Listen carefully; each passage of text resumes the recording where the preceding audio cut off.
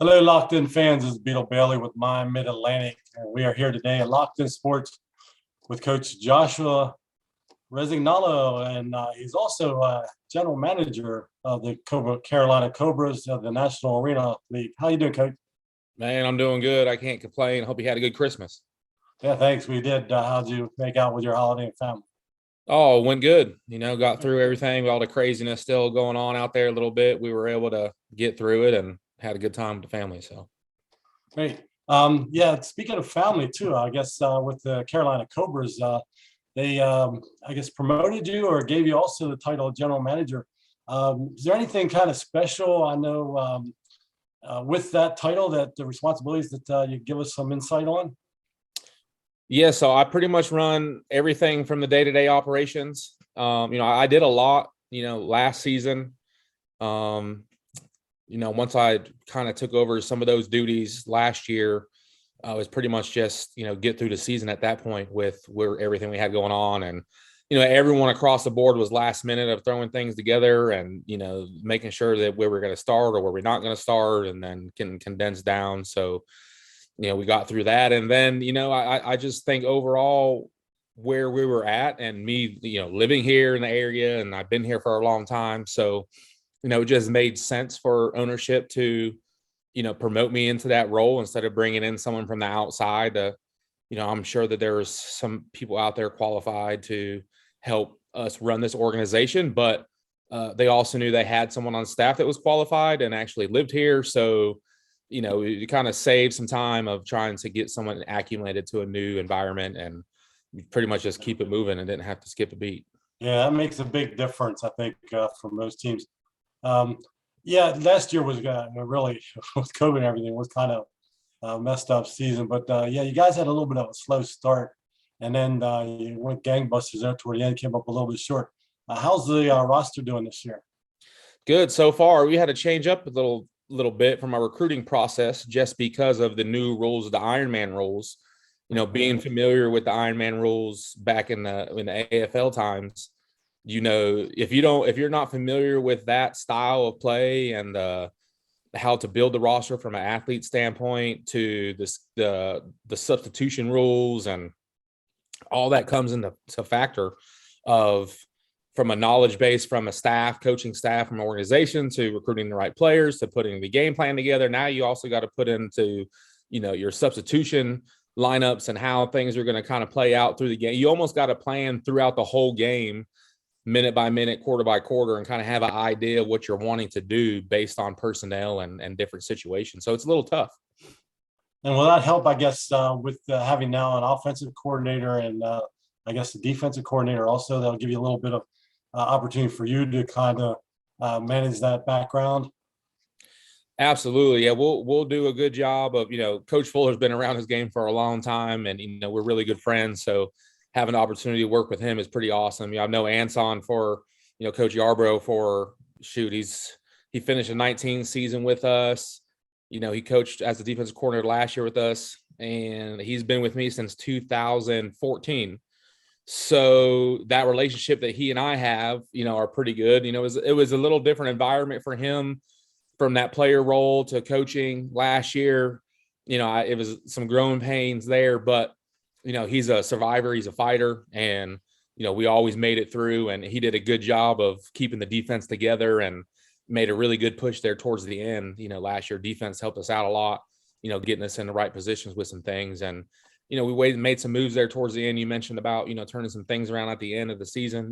We brought some guys in to help us out, and I wish we would have made some moves sooner, but with an 8-game season, it's tough to get a feel for where you're at. Usually when you're in a 14-16 game season, you hit that halfway mark, you got an idea of, all right, this is who I got to move around, this is what we got to do, these are the changes you got to make.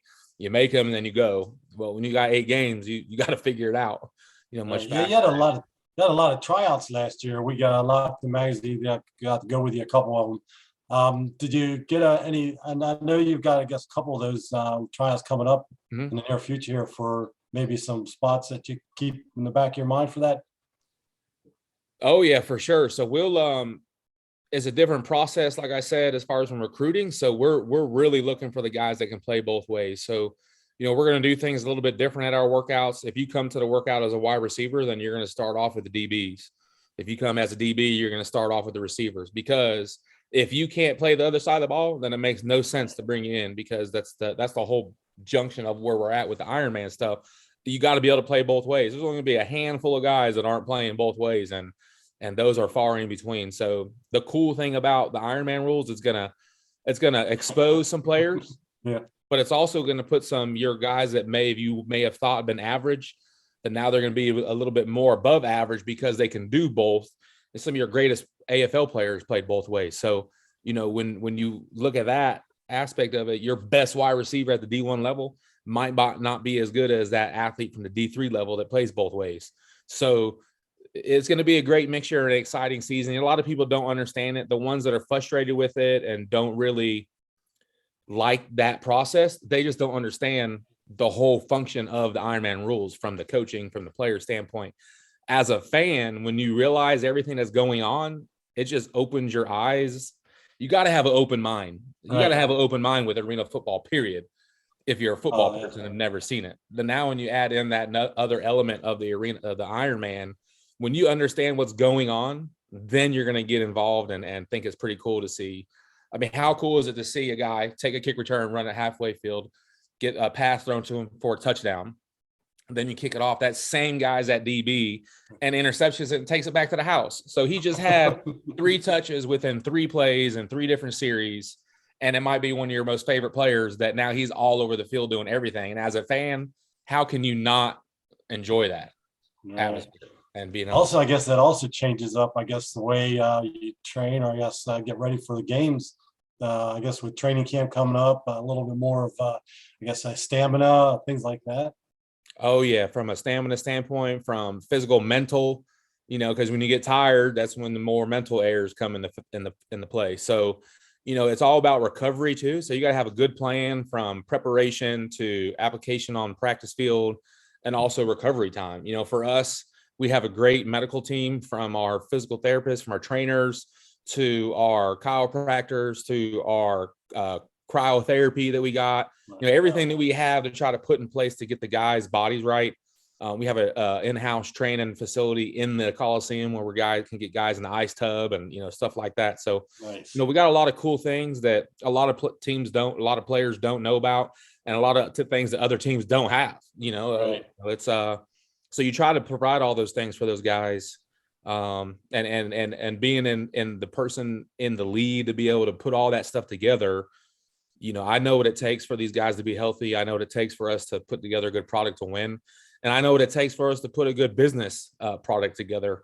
And that's what we've been focusing on this off season. So it's been great to be able to do everything and just be involved. And at the end of the day, just to be able to do football stuff and do what you love to do is a blessing for sure. Nice. Yeah. One thing I've been kind of trying to wrap my mind around is, we see a lot about the NFL, about travel and this and that, and guys are going out to San Antonio this year. How is that going to affect, your day to day? Do you have to travel an extra day? Do you have an extra day to get ready for that trip out to San Antonio? Actually, San Antonio, that trip, nothing will be any different. We'll leave on Friday like normal because we're flying. So we'll fly in Friday. The only thing that'll be different is coming back. Usually if we take a bus to a game, we'll jump in the bus after the game and hit the road through the night. Going to San Antonio, we'll actually stay after the game and then fly home Sunday morning. So I'm sure some of the guys are looking forward to that. But overall, nothing will pretty much change from a preparation standpoint and the time frame, scheduling, all that. We'll still time it up to where we get in time to, get a couple extra hours of rest, get there a little early so the guys can get, your jet lag under control and all that. It's only going to be about an hour difference, I guess, in time zone anyway. Yeah, it shouldn't be that bad. It's now if we were getting there Friday and playing Sunday, then usually you have other things to worry about with them having too much time in their hands to put themselves in a bad situation to, so it's nothing really changes. We're looking forward to that trip. It's exciting to get some new teams involved, and we got one new team this year, so it'll be cool to go somewhere different. Yeah, so I'm looking forward to getting back up to Albany and down to Columbus, taking on those guys again this year.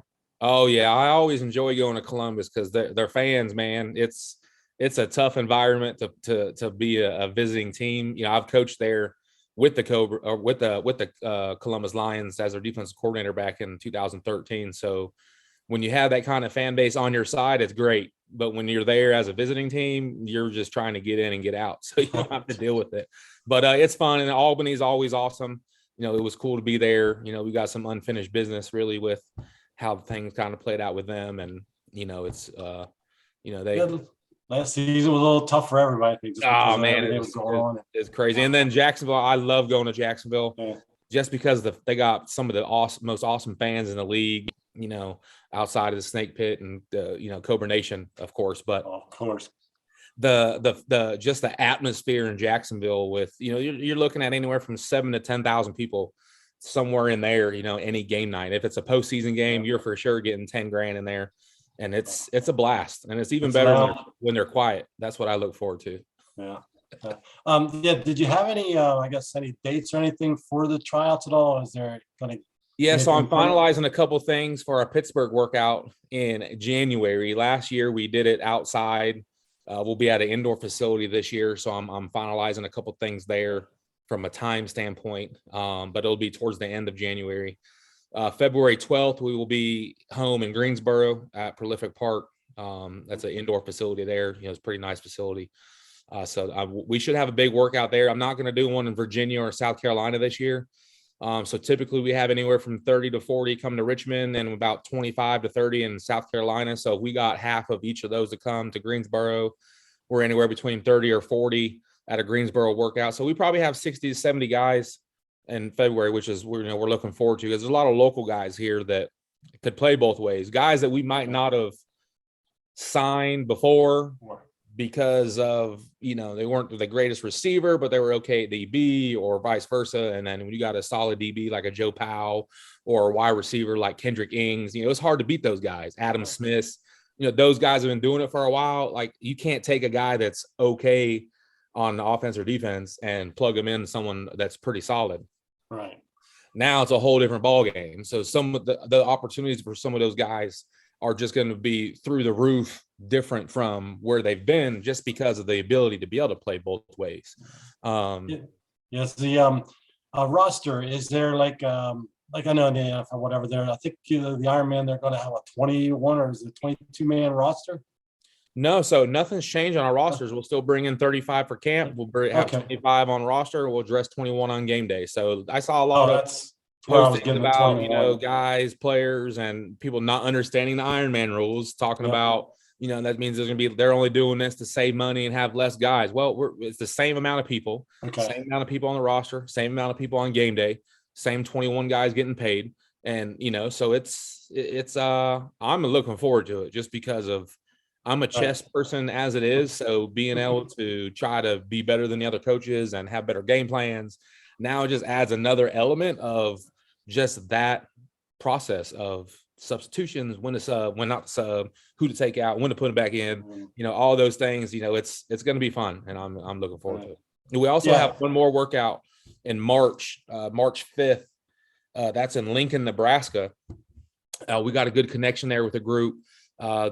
Mainly a lot of people there at the Nebraska University. They got some connections with a very nice facility there, indoor facility. So, they're hooking us up and look at some of their players. And so it's pretty cool, especially for me. I haven't really been out to the Midwest. I was going to say out players. So I think we'll get a good draw from guys, especially, that's IFL country, but some guys, I know we're going to get a good pool there. We've already got quite a few registrations for that, which is pretty awesome.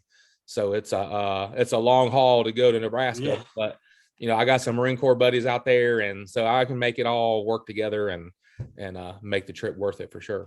Kind of interesting why we go the whole way up there to Nebraska to check it out, but then again, there might be talent there that nobody else can see, that you guys will be out there and they show up, and there you go, huh? Well, one thing's for sure, there's not many people coming from Nebraska to Greensboro, North Carolina for a tryout. So right. But that's the whole purpose of why I travel around and go to different places, just to have a different.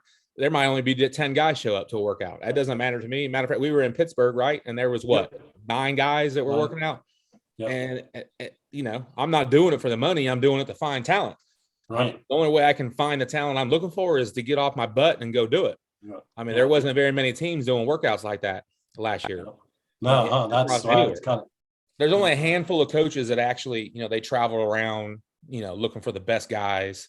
And, that's how I try to find people. I mean, it's cool. You can sit back and let them come to you, but it's easier to go turn over the rock than letting the rock turn over itself. Well, thank you for stopping by here and give us a little chat. Is there anything you'd like to say to the fans in the Snake Pit for this season coming up? Yeah, I'm excited. We had some rough patches last year, throughout the season. We finished strong. I think we set a tone for going into the off season. I've been tearing it up in this off season stuff with business, and it's very exciting building for the season. And, things we're putting together for 2022. We are bringing a championship back to Greensboro, North Carolina, here in Carolina, to the Snake Pit. Cobra Nation's going to be excited to see it, and I'm looking forward to it. Great. So it's LockedIn Magazine here. Welcome anytime back. Let us know if anything's going on. We're going to try to get down there and see you for your home opening. But best of luck to 2020 season, and we'll keep an eye on you, Coach. Thanks for stopping. Hey, I appreciate it. Always looking forward to it. Take care and Semper Fi. Semper Fi.